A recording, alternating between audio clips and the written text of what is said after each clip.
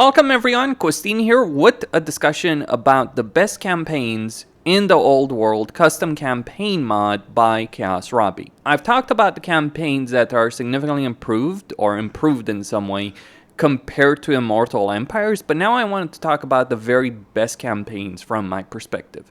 Because you can have a campaign like Bellor, which is much better in this mod than it is in the vanilla game. But Bellor still has inherent issues due to the way his faction is designed. Like the Dwarves, great race. Bellor, not so great of a Legendary Lord from faction effect standpoint. That is my perspective. Don't get me wrong, like Karake Peak's great zone, but none of the Legendary Lords there are necessarily the most exciting Legendary Lords in the game. So with that in mind, at number 5 is Azag the Slaughterer. I would love to say Grimgor, because Grimgor is a lot of fun, but honestly, I just don't really think Albion as an area of this map is particularly great. Like, I suppose Albion appeals for anyone who wants a campaign experience that's kind of more similar to the way Immortal Empires is, but that's kind of defeating the point of the mod. And besides, in Immortal Empires, Grimgor's smashing of the Chaos Dwarf Empire is great. Like, if Grimgor started near Zarnagrund or in the Mountains of Moor, and his objective was to bring down Zarnagrund, that would be a phenomenal campaign experience. But that is not what we have over here. What about Grom? Well, problem is with Grom, while he's in a better situation in a lot of ways than he is in Immortal Empires, it's still not necessarily the very best situation. I feel like Grom has a lot of potential, but it's never fully realized for a number of reasons. And so we're left with Azag. And to be honest, Azag is really the underdog among the greenskins, or he, in the sense that a lot of people just don't understand how much fun you can have with this particular campaign. And the reason I say this is you consider Azag. You have a wide variety of climates with the mod in particular. So you get frozen, you get wasteland, you get mountain, you get a bunch of different climates. So that already presents a huge number of opportunities that you don't have in many other campaigns, because you can take not just the entirety of like mountains or chaos of wasteland territory, which is like regular greenskin territory, but you can also expand and conquer the entirety of the empire, and that is a great aspect. Now, his victory conditions are changed a bit, I think, compared to the way they are in Immortal Empires, but it's still a great situation. Because to the north, you have Norska and, well, everything that's going on over there, like Boris Ursus, Grombrindle, Oxyatl, Scarbrand. Freaking Scarbrand. Imagine having to deal with that. Well, you are greenskins, and greenskins are a particularly great race. And I think they're going to be even better once they do release the next DLC. But climate, starting situation over here in Western Kislev is great because it gives you those kind of opportunities that might be lacking in other campaigns. That's point number 1. 2, interestingly enough, you do have, as a faction effect, the diplomatic benefit of vampires. Now, Vlad is all the way down here. But your objective in this campaign is to ultimately deal with the Empire one way or another. But what's interesting about this particular aspect is when you consider the situation, yes, the dwarves hate you, the Empire hates you, so you're naturally going to end up in a war with them. But you do have, surprisingly, a good amount of factions that you can also ally with. Yes, this is shocking. Greenskin diplomacy at its freaking finest, because like the Norskins don't hate you, other factions don't hate you around here, like the Vampire Coast Minor faction that starts over here doesn't hate you, even if they do start a war with Castalton, is probably going to wipe them out, and so you might want to make a deal with them, with Castalton specifically. And that's the real amusing aspect, if you will, about Azag the Slaughterer, that he does have a huge amount of diplomatic potential with Kislev. I am not joking in this. Like, you consider the version, it's minus 40. This is something I've talked about before in other videos, but basically the way a version works in this game is that if you have minus 100, it's difficult to maintain diplomatic relations. Some people have minus 200, like Elfarian with greenskins, right? But if you have minus 40, then you can make diplomacy work very well. So what you can do, hilariously enough, is you can ally Kislev, or you can ally Norska if you feel that's a more natural path. It probably is, and for a lot of lore reasons.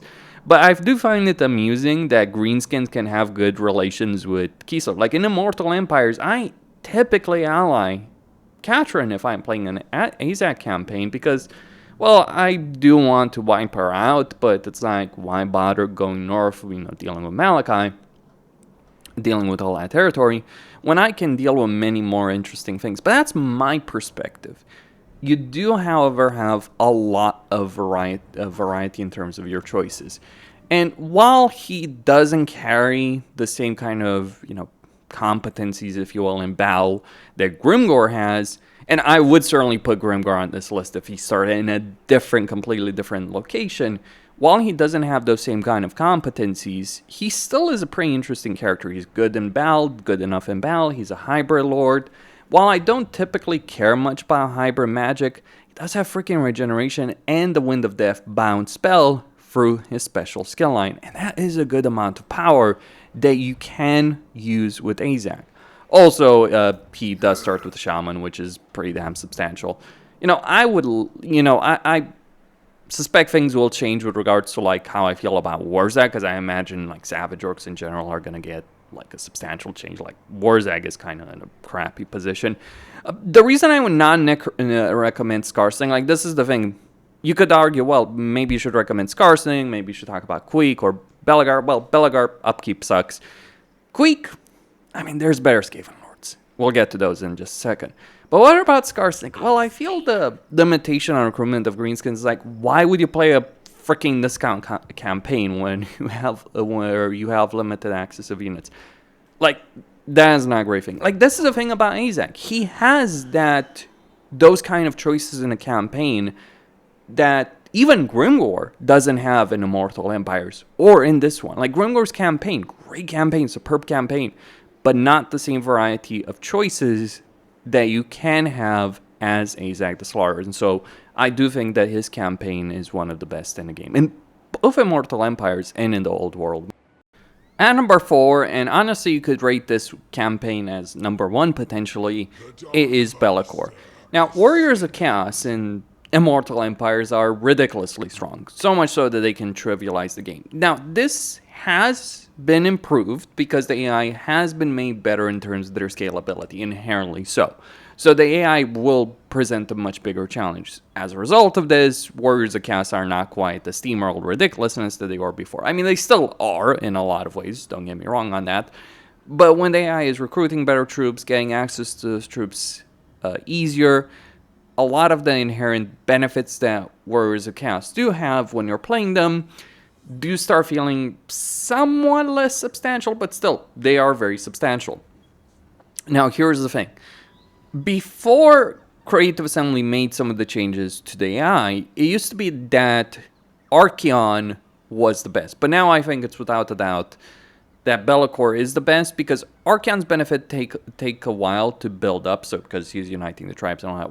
Whereas Be'lakor gets a lot of benefits inherently to his campaign. He has all of the gifts of chaos slots unlocked, or at least one of each unlocked from the beginning of the campaign.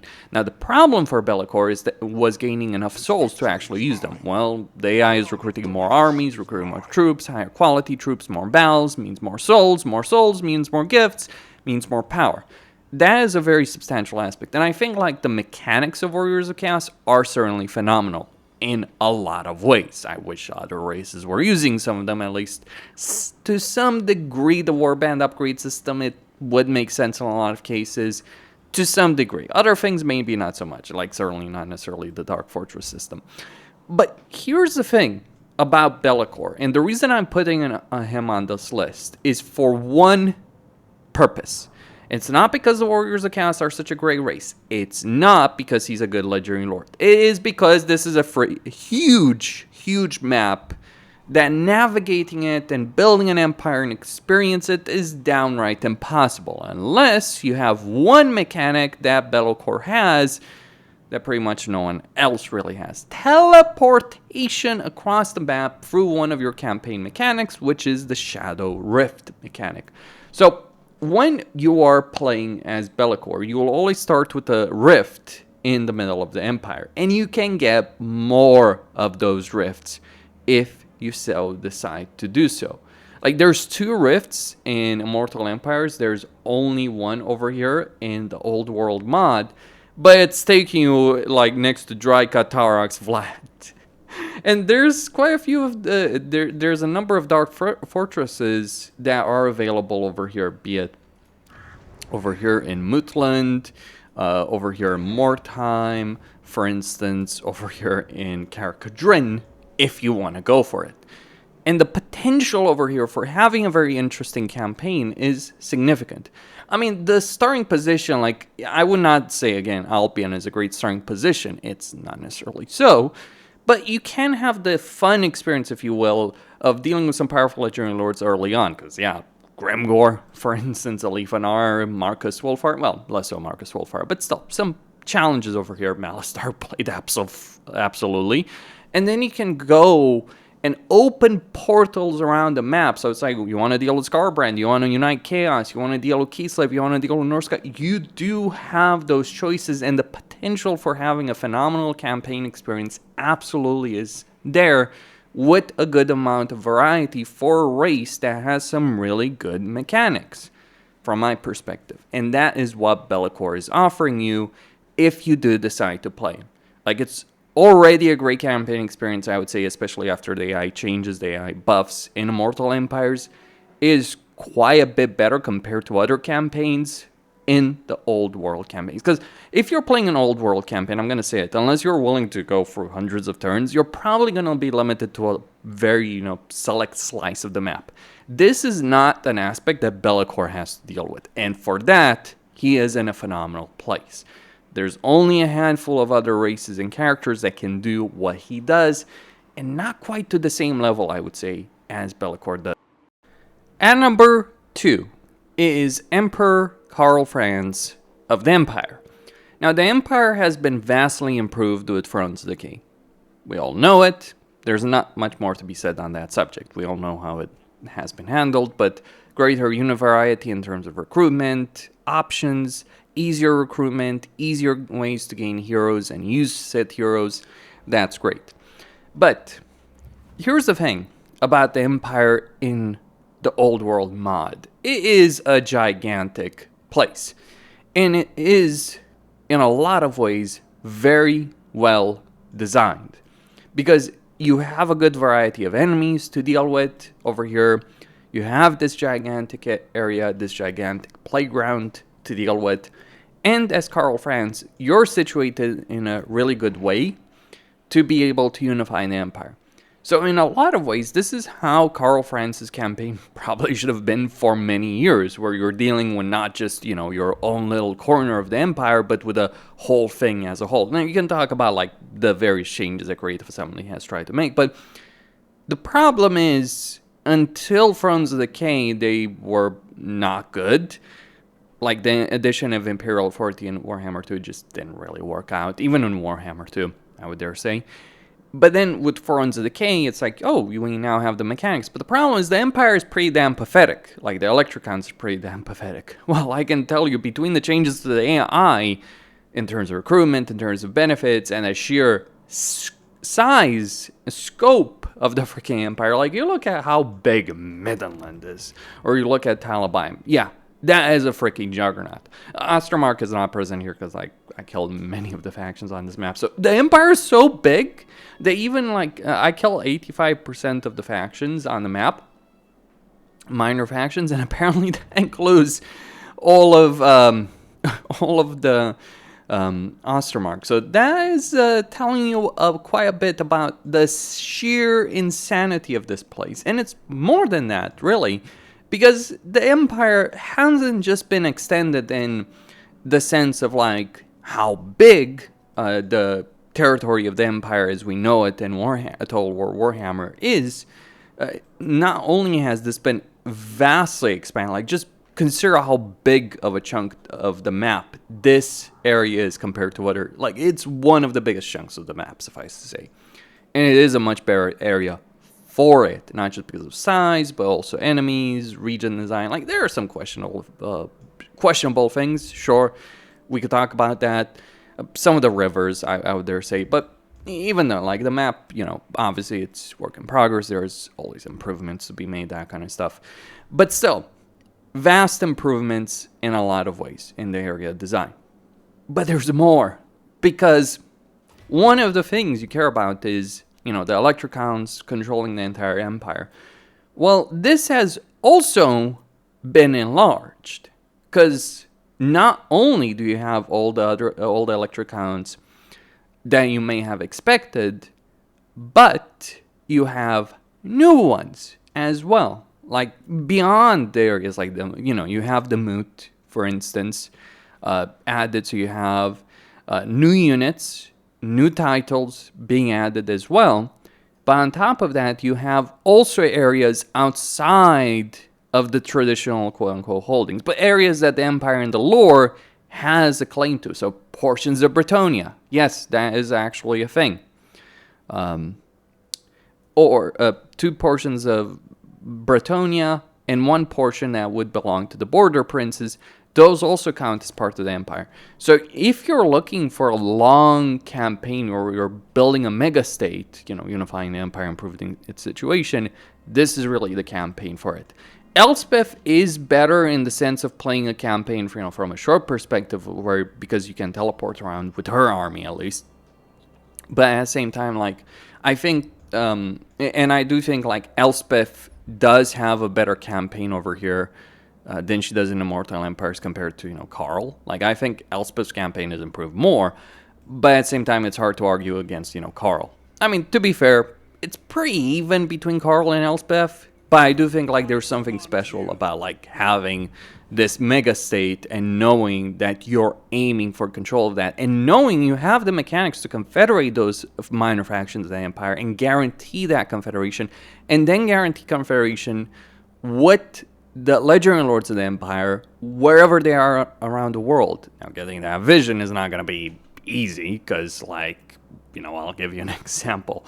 Volkmar is all the way here, so I think, like, the only option would be to possibly send a hero over there, and yeah, that's a long journey, even to get that far.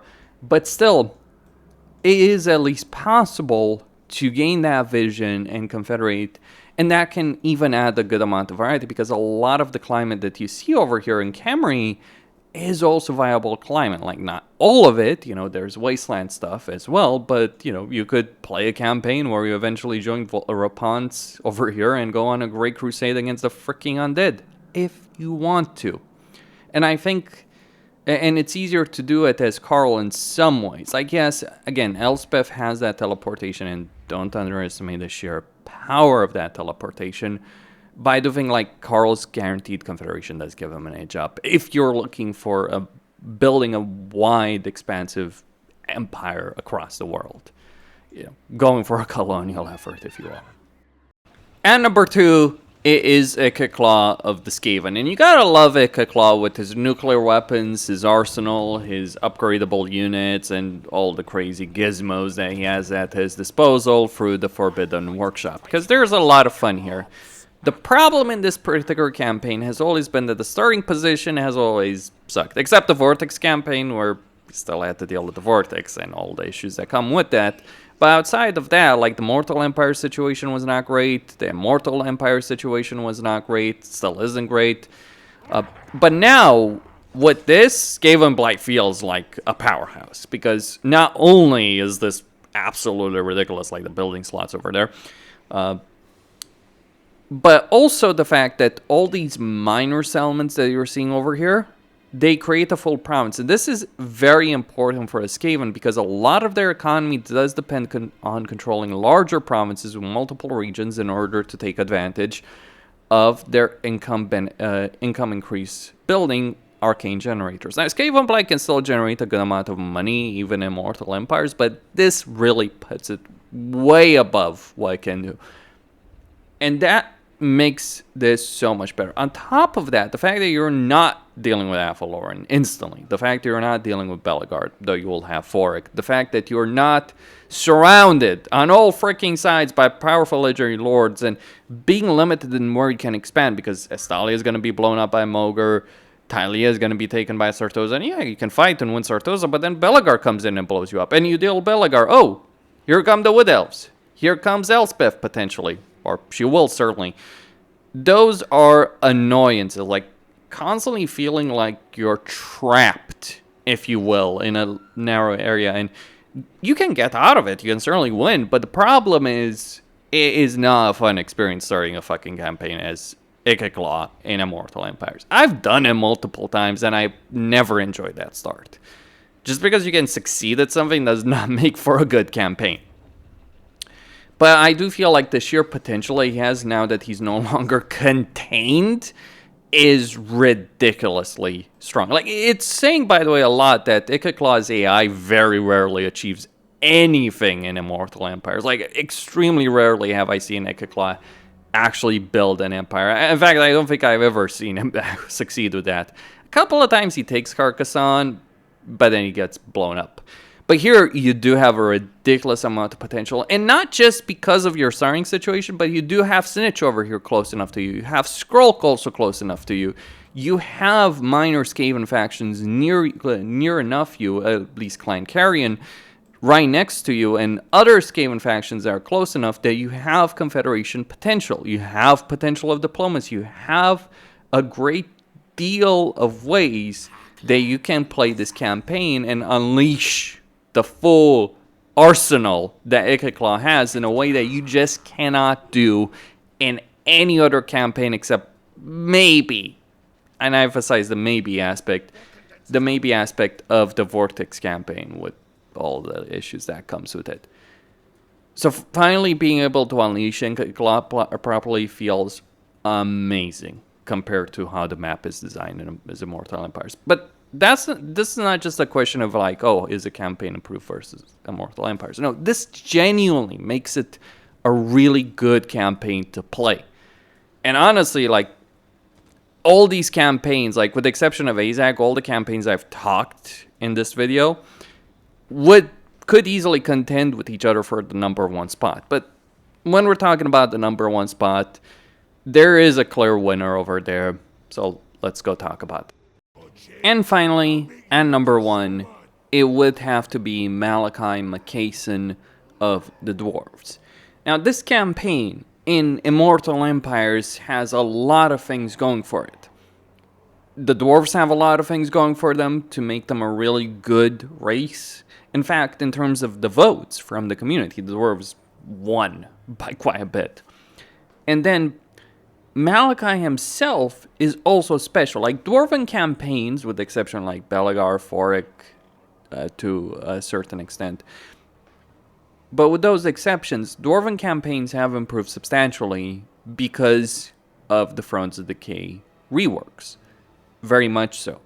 And Malachi has some very great campaign mechanics that add a great amount of replayabilities. Like, I've played quite a bit of the Thrones of Decay campaigns, all of them, Tamarkan, Elspeth, but I've played far more of Malachi than all the other campaigns combined. And I'm counting the campaigns I played as both Karl Franz and Gelt when I was playing the Empire reworks, because I've played also quite a bit of Karl, quite a bit of Gelt. What makes Malachi stand out in Immortal Empires, even in Realms of Chaos, and in the Old World mod? Well, couple of things from my point of view. First off, his specialty. He is focused on the engineering units of dwarves and also on slayers. He has a horde army attached to himself. You can get this if you do Confederate Malachi as any of the other dwarven factions. So you do have a specialty on that, and you do have specific upgrades over here through his adventures that make these units significantly more powerful.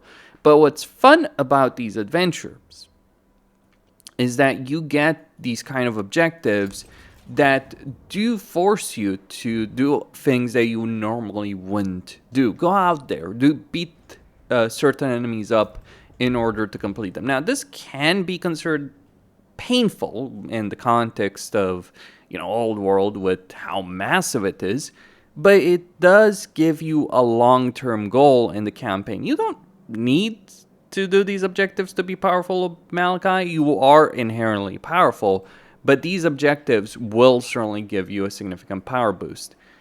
But unlike Immortal Empires, where they can be a cakewalk to get done, here you'll have to devote quite a bit of energy to do so. And keep in mind the AI buffs and the fact that a lot of these objectives are deep in enemy territory, and you also start deep in enemy territory. That makes things more complicated. That's the second thing to talk about with Malachi. His starting position, he is a really, really strong legendary lord, but he is starting in deep. Like, you've got Astrogoth to the south over here, you've got Archeon to the north right here to eventually deal with. You've got Kairos, who is, by the way, no joke when under AI control, and like a lot of the factions, or virtually all of the factions around you want to kill you. I mean, you're playing a Slayer Engineer. Of course you're seeking death. And that makes this campaign so much better. This is one of the reasons I really enjoy this campaign in Immortal Empires, because you got Frat, Azazel, Trog, Archeon, and so on and so forth. Here you have the same dynamic with no allies, because at least in Immortal Empires you have Kislev that can help you out, and Boris Ursus in particular. Here you have no buffer. You're in deep. You may not have the same number of legendary lords, but you gotta understand, old world does take some time to get going, but once it gets going for the AI, holy shit, are those threats gonna start really, really escalating with respect to it. But there is, of course, more to this subject than just that. Beyond his inherent benefits as a legendary lord, his starting position, he is also a dwarf legendary lord. And one of the things I really like about the dwarves, and I understand not everyone is gonna this is something some people are not gonna appreciate, especially a large number of people who just play the intern button simulator. I'm sorry, like, if you're playing Total Wars, I'm just gonna take it slow and all that. No. Go out there and do stuff. That's, by the way, an inherent aspect in every single video game I think I've ever played. No game has ever rewarded people for sitting on their ass as much as it has rewarded them for going out there and doing things. And this is, by the way, the great thing about the grudge system for the dwarves. It forces you to go out there and do various things, and that makes the campaign more interesting. Now, you don't really lose all that much if you're not filling up the grudge meter, but you're aiming for something. And this is, by the way, a particular problem a lot of campaigns do struggle. It's like, what's the aim? What's the objective? It just feels aimless after a point once you've stabilized your empire, because you can't lose. You know you're not going to suffer after a certain point. Well, even though the penalty has never been that significant, honestly, I think some people have always been ridiculous on the subject. Even though the penalty is not that ridiculous, it's still that shove in the back, from the back, to force you to go out there and do various things. But on top of that, we have several things inherent to dwarves. First off, even though it's bugged over here, whatever, I think it's bugged or it's whatever, but the idea is like confederation with other legendary lords with dwarves. That can add a great deal of variety. It might be bugged, I'm not sure. Might need to fix that. But that is an aspect, assuming it can be worked. But that's not really the significant thing right there. Though that can add a lot of campaign variety. Bit surprised that's not working. It should. I should add. It really should. I think it's just broken, maybe the patch. I don't know. But what is important about the dwarves, beyond those short-term objectives with the grudges, you also have the long-term objectives with the legendary grudges that give you that extra variety in a campaign so you're aiming both short term and long term. You have various goals to go for. On top of that, you also have the underway mechanic that can allow you at a certain point to don't start with it, so it's not the same benefit as Bellor or say Axiatl, but you do have the ability across a decent number of settlements over here to teleport your armies through them. Assuming dwarves, not just you, but dwarves restore the underway. So that is a particularly important point from my perspective, because it does give you that kind of campaign flexibility. And that's the important takeaway, really, with Malachi. He has a great deal of campaign variety, of objectives, of different playstyles that can work. You might be pushed towards the gyrocopter cannon playstyle, but that's actually the surprising thing.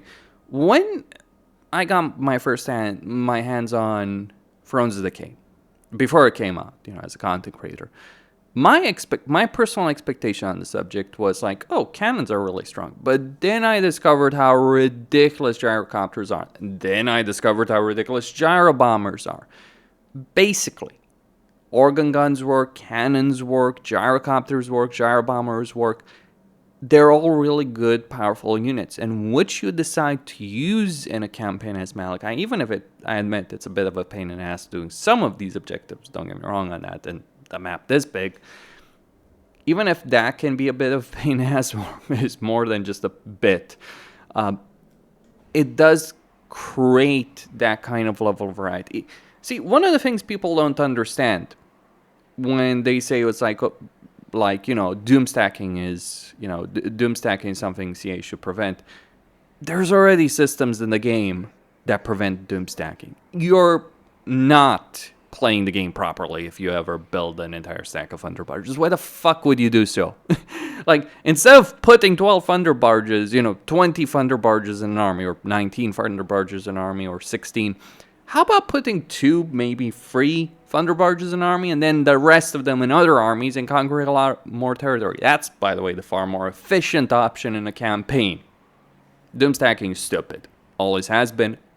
The only reason it worked in Warhammer 2, to give the context there, is because of the supply line situation that pushed you towards having fewer armies but higher quality ones. Here in Warhammer 3, it's about mix and matching. You want armies that are good enough but also cheap enough so you can maintain more armies and cover a wider swath of the campaign.